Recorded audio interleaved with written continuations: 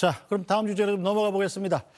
자, 이번 주에 여야 모두 빅데이를 앞두고 있습니다. 자, 이재명 대표에 대한 1심 선고 또 그리고 김건희 여사 특검법 3차 상정을 앞두고 여야 신경전이 뜨거운데요. 자, 민주당은 김건희 여사 특검법 수정안을 내놓으면서 여당을 압박하고 있습니다. 14일 국회 본회의에 김건희 특검법 수정안을 제출하겠습니다. 수정안에는 범위를 대폭 축소해 도이치모터스 주가 조작 의혹과 명태균 씨로부터 촉발된, 이러면 명태균 게이트죠. 명태균 씨로부터 촉발된 김건희 여사의 공천 개입 후 선거 개입 의혹에 국한될 것입니다. 아울러 제3자 추천을 수용하여 제3자 추천 방식을 포함해서 수정안을 제출하겠습니다. 네, 자, 정화순 논술위원께서 이 수정안의 내용을 좀 간략하게 정리해 주시죠. 자세하게 나오진 않았습니다만 예전보다는 상당히 국민의힘 쪽에서 주장하는 독소 조항이라는 게 많이 사라진 수정안 아닙니까? 예, 뭐 일단은 야권 추천의 이제 특검이 아닌 제3자 추천. 이거는 이 한동훈 대표가 당 대표 경선 이전부터 그 최상병 특검법에 대해서 제3자가 추천하는 특검안을 오히려 여권에서, 그러니까 국민의힘에서 발의를 하겠다라고 이제 얘기를 해왔죠. 뭐 물론 여태까지 이제 현실화되지는 않았습니다만은. 그래서 이 제3자 추천이라는 부분을 갖다 넣은 부분이 있고요. 그 다음에는 여태까지 이번에 세 번째로 올라온 김건희 여사 특검법에 지금 이 수사 대상이 13가지입니다. 13가지 뭐 거기에는 명품백도 있고요. 뭐 서울 양평 고속도로도 있고 뭐 많잖아요. 근데 이제 그런 거 다 빼버리고 그 도이치모터스 주가 조작 의혹 이거 하고 지금 또 문제가 되는 거는 명태균 씨 관련 의혹, 요 두 가지만 제3자가 추천하는 특검에 의해 가지고 특검을 하자라는 쪽으로 이제 굉장히 그러니까 완화한 법이죠. 네. 완화한 법을 뭐 지금 이제 아마도 빨리, 그러니까 이 내일 모레 글피가 될 것 같아요. 14일 본회의에 아마도 발의할 것 같은데. 그렇죠. 그러면 이제 기존에 올라가 있는 그 13가지 의혹에 대한 법은 뭐 자연스럽게 아마 폐기 수순을 밟을 거고요. 이 지금 수정한 새로운 특검법이 아마 먼저 표결에 들어가서 뭐 무난히 뭐 통과될 것으로 예상이 됩니다. 여기에서 이제 제3자 추천을 붙였고 의혹도 이제 많이 축소를 함으로써 결국은 지금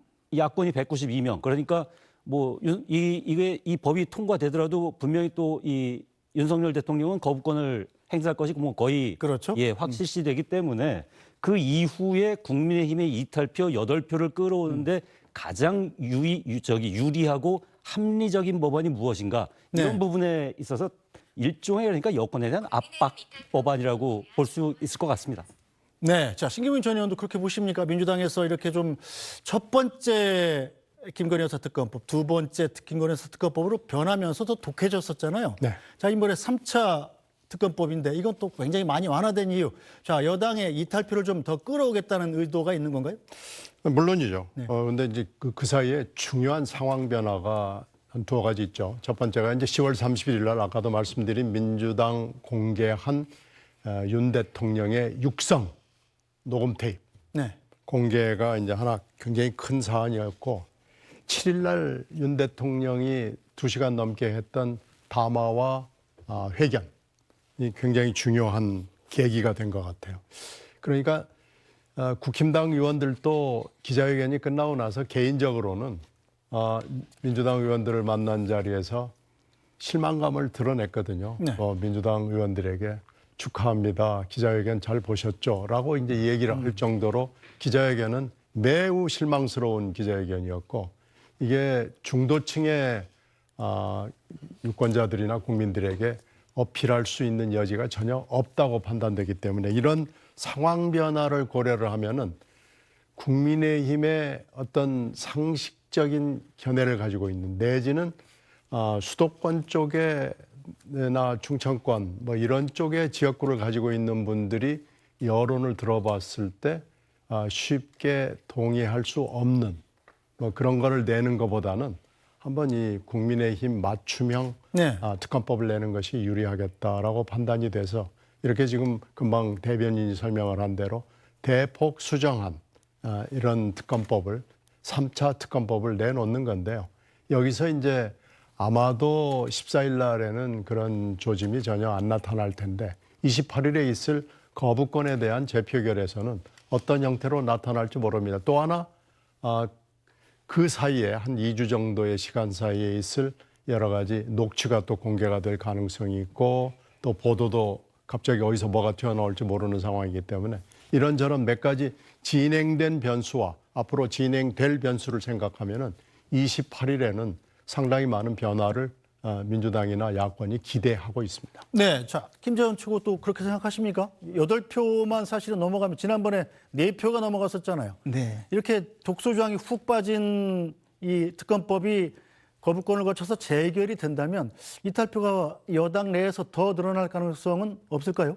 근데 이제 민주당을 너무 쉽게 보시는 것 같아요. 뭐 독소조항을 제거했다고 하지만 네. 아마 결국에는 이런저런 조항을 또 집어넣어서 제3자가 추천하는 특별검사라고 하면서 민주당이 네. 배후에서 영향을 미칠 수 있는 온갖 수단을 또 집어넣을 거라고 예상이 됩니다. 네. 그리고 지금 이 법안을 13개의 수사 대상에서 2개로 제한한 것도 네. 사실 나머지는 별 효과도 없는 내용을 잔뜩 집어넣었었고 또 하나는 특별검사의 수사기간 내에 한번 그 수사 기록도 읽어보지 못할 정도의 그런 많은 사건들을 그냥 끼워 넣었었기 때문에 실질적으로 민주당이 원하는 수사 대상 네. 그리고 원하는 수사 방식일 가능성이 많고요. 다만 어찌됐든 이런 대의 명분을 좀 갖춰서 국민의힘 내에 분열을 꽤 해보고 한동훈 대표의 입지를 한편으로는 강화해주면서 분란을 일으켜보고자 하는 그런 이간책일 가능성이 굉장히 크거든요. 지금 말로는 거창하게 제3자 추천 특검이라고 했는데 과연 그게 어느 정도 내용일지 알 수 없고 그다음에 그런 방식으로 수사 방식을 어떻게 할 것인지도 여전히 남아있기 때문에 이 내용은 한동훈 대표가 어떻게 판단하느냐에 따라서 우리 당의 찬성 의원의 숫자가 좀 정해질 수 있으리라고 생각을 합니다. 지금까지는 한동훈 대표는 이 특별감찰관 문제는 굉장히 적극적인데 네. 김건희 여사 관련 특검법에 대해서는 강력히 반대 입장이었거든요. 그러면 한동훈 대표가 입장을 변화시킬 만큼 상당한 수준의 그 명분을 주는 경우 외에는 네. 가능한 내용이 없다고 봅니다. 알겠습니다. 자, 민주당 얘기 계속 이어가 보죠. 자, 민주당 지난 주말에 이어서 이번 주도 장외 집회를 이어가면서 계속해서 여론전을 펼치고 있습니다. 이 정권 비판 공세를 이어가면서도 탄핵을 직접적으로 언급하는 데는 조심스러운 모습입니다. 국가 권력은 국민으로부터 나온 것입니다. 그 국가 권력을 국민을 위해서가 아니라 사적 이익을 위해서 아니 국민과 국가의 위태롭게 사용한다면 책임을 물어야 하는 것 아닙니까? 맞습니다. 두 글자로 된 말을 차마 할 수 없어서 이렇게 말했습니다만 이제 국민이 위임된 권력을 남용한 그들에게 책임을 물을 때가 되었다. 맞습니까 여러분? 스스로 국민에게 복종하지 않는다면 우리가 함께 손을 잡고 그들을 우리 앞에 무릎 꿇게 만들어 봅시다 여러분. 자신 있습니까? 두 글자, 내가 말하지 못한 두 글자 이렇게 하셨는데 두 글자가 뭐 어떤 건지 잘 모르겠습니다. 네. 마치겠습니다. 예. 네, 자, 신경민 전 의원님, 한민수 대변인 저도 잘 아는데 이 차마 말하지 못하는 두 글자 뭐 그냥 탄핵인데 다 아는데 잘 모르겠습니다 하고 끝내잖아요. 민주당에서 공식적으로 탄핵이란 말을 꺼내지 말자 뭐 이런 합의가 있는 건가요? 적어도 이재명 대표 입술에는 탄핵이라는 단어를 올리지 않는다는 원칙이 있는 거죠. 이재명 대표가 지금 뭐 굉장히 여러 자리에서 뭐 심판하자, 끌어내리자 뭐 이런 표현은 썼지만 탄핵 두 글자는 피해가고 있거든요. 왜 그렇습니까? 역풍을 예상을 하는 거죠. 지금 현재 국민들이 막 임계점을 향해서 올라가고 있는 것은 분명히 맞아요. 네. 그리고 10월 31일 아까 얘기한 민주당의 그 육성 공개 그리고 기자회견 그래서 막 지금 끌어올라가고 있는데 여기에 이제 역풍을 맞을 가능성이 있기 때문에 적어도 대표는 탄핵이라는 말을 입술에 올리지 말자 하는 것이 일종의 그 콘센서스 비슷한 거죠. 그러나 단어만 얘기 안 할 뿐이지 네. 탄핵을 뭐 국어사전으로 풀어서 얘기하는 그 단어들은 굉장히 많이 돼 있기 때문에 사실상 그 단어 두 글자를 얘기하지 않는 그 효과 외에는 특별한 것은 없는 겁니다. 근데 지금 그 어느 진영에 속해 있건 여든 야든 중도층이건 국민들이 박근혜 대통령 탄핵을 보고 그 이후에 일어났던 여러 가지 일들을 복기해 보면서 탄핵에 대한 약간의 뭐라고 그럴까요? 두려움이 있는 건 맞습니다. 그러니까 또 그 당시는 민주당이나 문재인 대통령 후보에 대한 신뢰가 있었어요. 그런데 지금은 그런 신뢰는 일단 없는 것 같아요. 만약에 정말로 탄핵이 진행이 돼서 탄핵 소추가 되고 또 탄핵 심판으로 헌법재판소로 넘어가고 이런 상황이 됐을 때 그러면 다음은 누가 이 나라를 끌고 가야 되느냐라는 걸 물어봤을 때 지금 뚜렷한 답을 찾지 못하고 있는 거죠. 그러니까 윤석열 대통령이 안 된다고 얘기를 하면 그러면 다음은 라는 거에 대한 답을 찾지 못하고 있는 상황이기 때문에 일단은 한번 선고는 지켜보자. 이재명 대표에 대한 선고가 임박했으니까 선고는 한번 보자. 이런 것들이 2일날 집회, 9일날 집회에 사실은 나타난 겁니다. 그 숫자도 뭐 의미가 있습니다만 네. 실제로 여의도에서 주목하는 것은 꼭 나와야 될 민주당 의원들이 안 나타나는 게 있습니다. 그래서 왜 그 사이에 이재명 대표를 위해서 그렇게 쉴드를 치고 변호를 하고 집중적으로 도와줬던 분들이 2일날 9일날 집회에 안 나타났을까? 이거에 대해서 지금 여러 가지 질문들을 해요. 왜 그랬을까? 정말로 개인적인 부득이한 일이 있었을까? 아니면은 그 자리에 가는 것이 여러 가지 정치적으로 부담이 됐을까?